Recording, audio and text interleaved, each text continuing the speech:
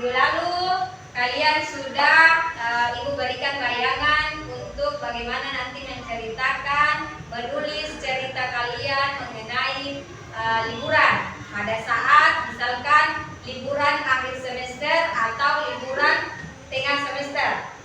Nah, kan biasa setelah semester itu kan ada libur selama kurang lebih 2 minggu atau berapa hari? 14 hari.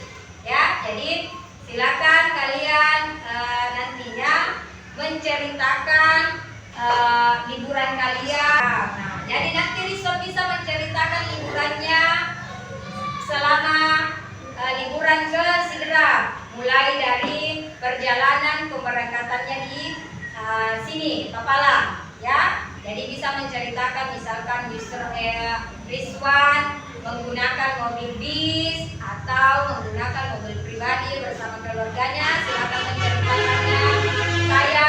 Misalkan saya berangkat ke kampung halaman orang tua saya, yakni bapak saya, ke Sidrap pada hari ini misalnya hari Senin tanggal 25 Juli misalkan 2026. Saya berangkat mulai pagi karena perjalanannya cukup jauh. Nah, silakan kalian menceritakan selama proses mulai perjalanan kalian sampai nantinya di Sidrap kalian Rizwan melakukan kegiatan-kegiatan apa saja yang di Sidrap, misalkan bertemu dengan sepupu-sepupunya. Jadi hari ini karena minggu lalu kita sudah membahas mengenai cerita mengenai liburan, jadi hari ini Ibu minta kalian menuliskan di buku catatan kalian liburan kalian nanti kemana, atau liburan yang sudah kalian lalui sebelumnya atau yang kalian sudah alami sebelum-sebelumnya. Nah, pastikan kalian sudah pernah mengalami yang namanya kegiatan-kegiatan liburan, ya. Nah, jadi silakan kalian ceritakan. Nah, silakan kalian ceritakan, ya.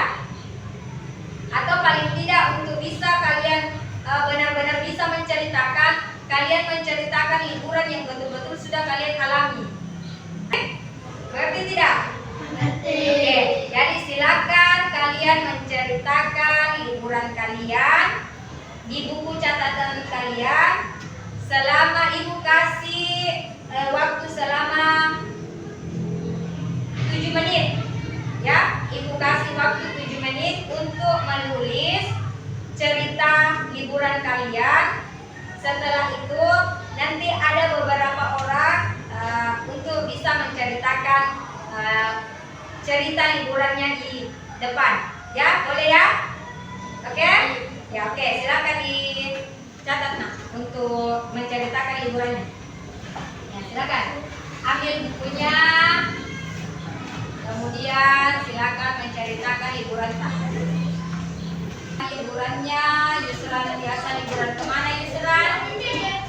Yusran biasa liburan kemana? Hah? Tidak pernah pergi liburan, Yusran? Masa tidak pernah pergi liburan, Yusran? Pasti pernah pergi liburan, toh? Iya tidak? Liburannya ini terserah mau liburan di kampung halamannya orang tuanya atau liburan pergi ke wisata.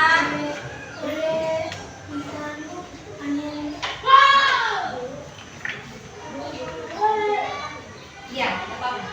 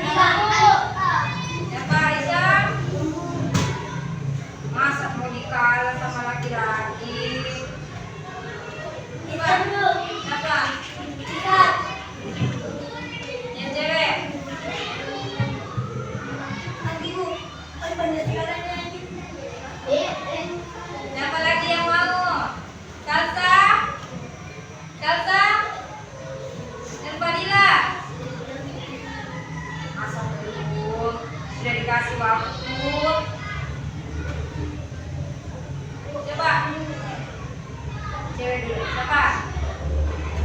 Nadila. Silakan naik. Ini dari tadi laki-laki semua. Coba. Tidak apa-apa nak. Tidak dimaki, tidak dimarahi, tidak dipukul. Silakan naik.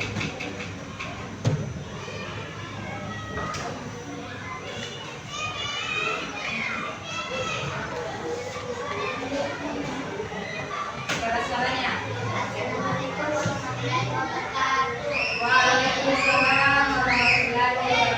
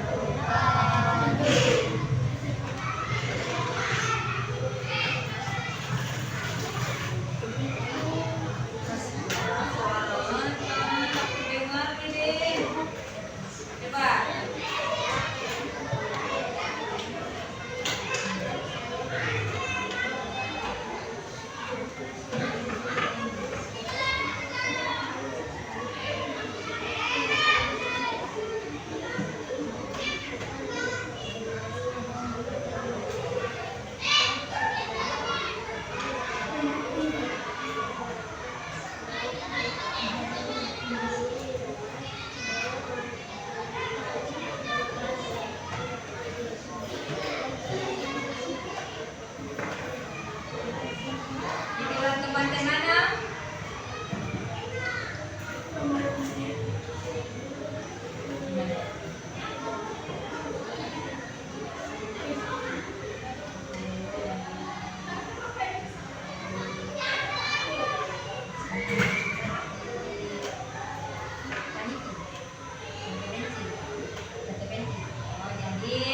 Aisyah liburannya ke Pantai Bencin yang beralamat di Desa Rendah.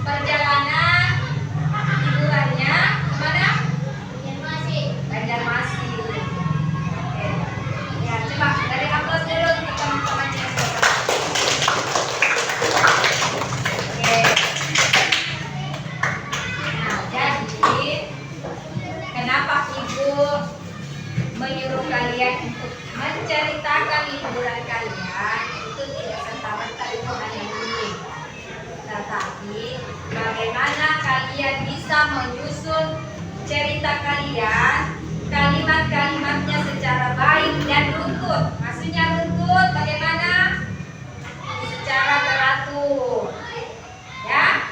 Jadi tidak serta-merta ibu hanya menyuruh kalian mencatat atau menceritakan menulis pengalaman liburan kalian, tapi bagaimana kalian bisa menyusun kalimat-kalimatnya supaya dari cerita itu ketika kita baca atau ketika orang baca itu lebih mudah untuk membacanya karena kalimat-kalimatnya tersusun rapi, runtut, dan dengan menggunakan kalimat-kalimat yang baik. Yang tentunya kenapa kalian diajarkan juga untuk bagaimana menyusun cerita dalam bahasa Indonesia itu supaya kalian diajarkan untuk bagaimana bisa menyusun atau membuat kalimat-kalimat yang betul-betul sesuai dengan bahasa-bahasa yang baku. Bahasa-bahasa yang baku yang seperti apa? Seperti tadi contoh dari Rizwan. Nah itu mulai dari pertama pagi hari saya seperti ini itu dia tersusun.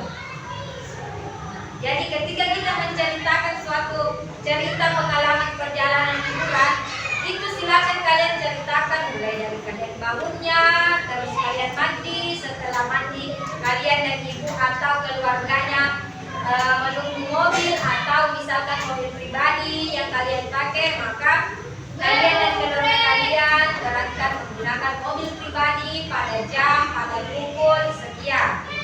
Selama perjalanan saya melaksanakan atau melakukan kegiatan rutinitas seperti ini. Oke? Nah, jadi kenapa ibu menyuruh untuk menulis cerita supaya kalian belajar untuk menyusun kalimat-kalimat yang baik, ya? Kalimat-kalimat yang baku. Oke? Jadi kalau kalian ingin bisa lancar menyusun kalimat-kalimat, rajin-rajin membaca buku atau rajin-rajin membaca novel, ya. Karena dari kalimat-kalimat yang ada di novel atau cerita-cerita yang ada di buku, kayak buku pelajaran kalian, itu kalian bisa nanti lambat laun akan mengingat semua kalimat-kalimat yang ada di dalam buku itu. Nah, jadi ketika kalian menyusun kalimat cerita, itu akan mempermudah kalian untuk menyusunnya kembali dengan mengambil kalimat-kalimat di buku yang pernah kalian baca, ya. Oke? Jadi apa yang kalian bisa dapat dari kalian menceritakan pengalaman liburan kalian? Iswan, apa yang bisa didapat? Apa yang bisa didapat dalam menyusun kalimat-kalimat tadi dalam bercerita? Apa? Ada yang tahu tidak? Misalkan saya lebih mudah untuk menyusun kalimat karena pengalaman yang sudah saya lalui. Oke? Ada lagi? Nah, seperti apa? Pengalamannya.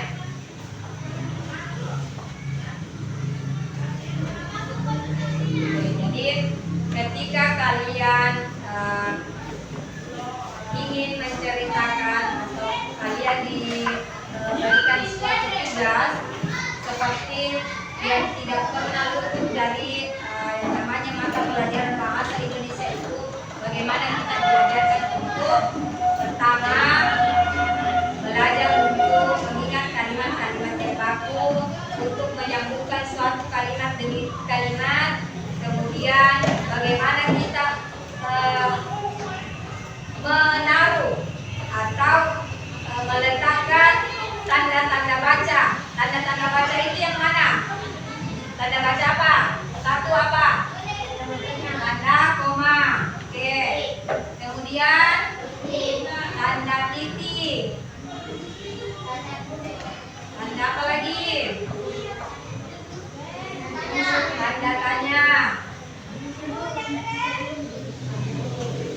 Kemudian tanda seru. Oke.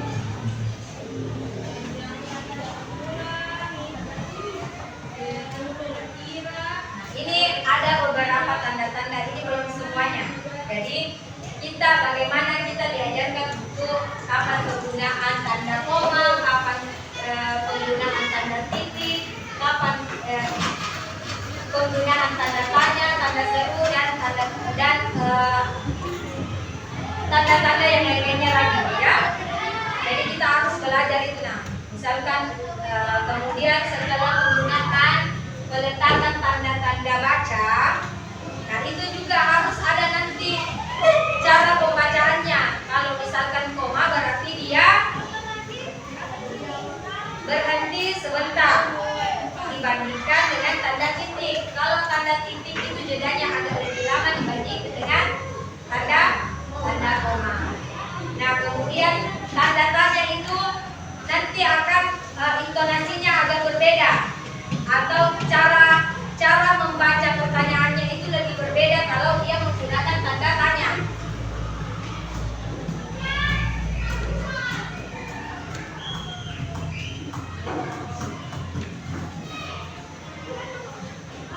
Kalau tanda koma itu dia hanya berhenti sejenak.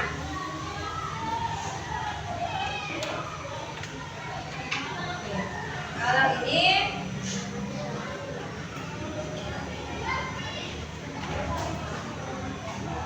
dibanding tanda koma. Kemudian tanda tanya berarti intonasinya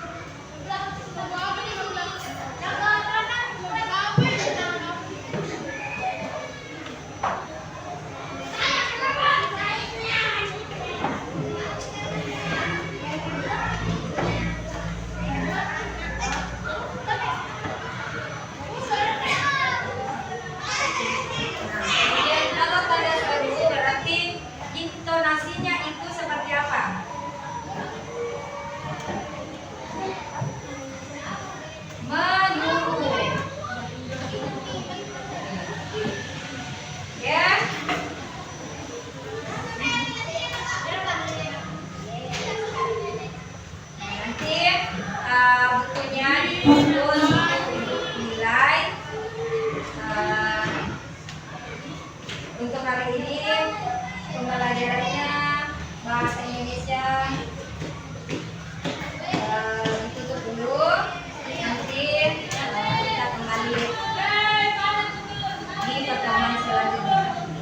Untuk itu Ibu ucapkan terima kasih sudah mau memperhatikan pembelajarannya hari ini. Terus belajar, jangan pernah capek untuk belajar. Tidak ada ruginya orang belajar, ya.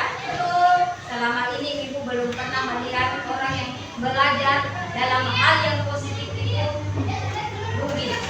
Justru orang yang sering belajar dalam hal yang positif itu pasti akan membuahkan hasil. Mungkin baru saat ini, tapi kita tidak tahu ke depannya, ya. Belajar, memperbaiki sikap, itu adalah suatu proses pembelajaran juga. Jadi pembelajaran tidak hanya berfokus sama mata pelajaran, tapi semuanya. Pembelajaran itu perilaku kalian, itu juga termasuk pembelajaran, ya. Oke, ya, Rizwan silakan tutup baca doa.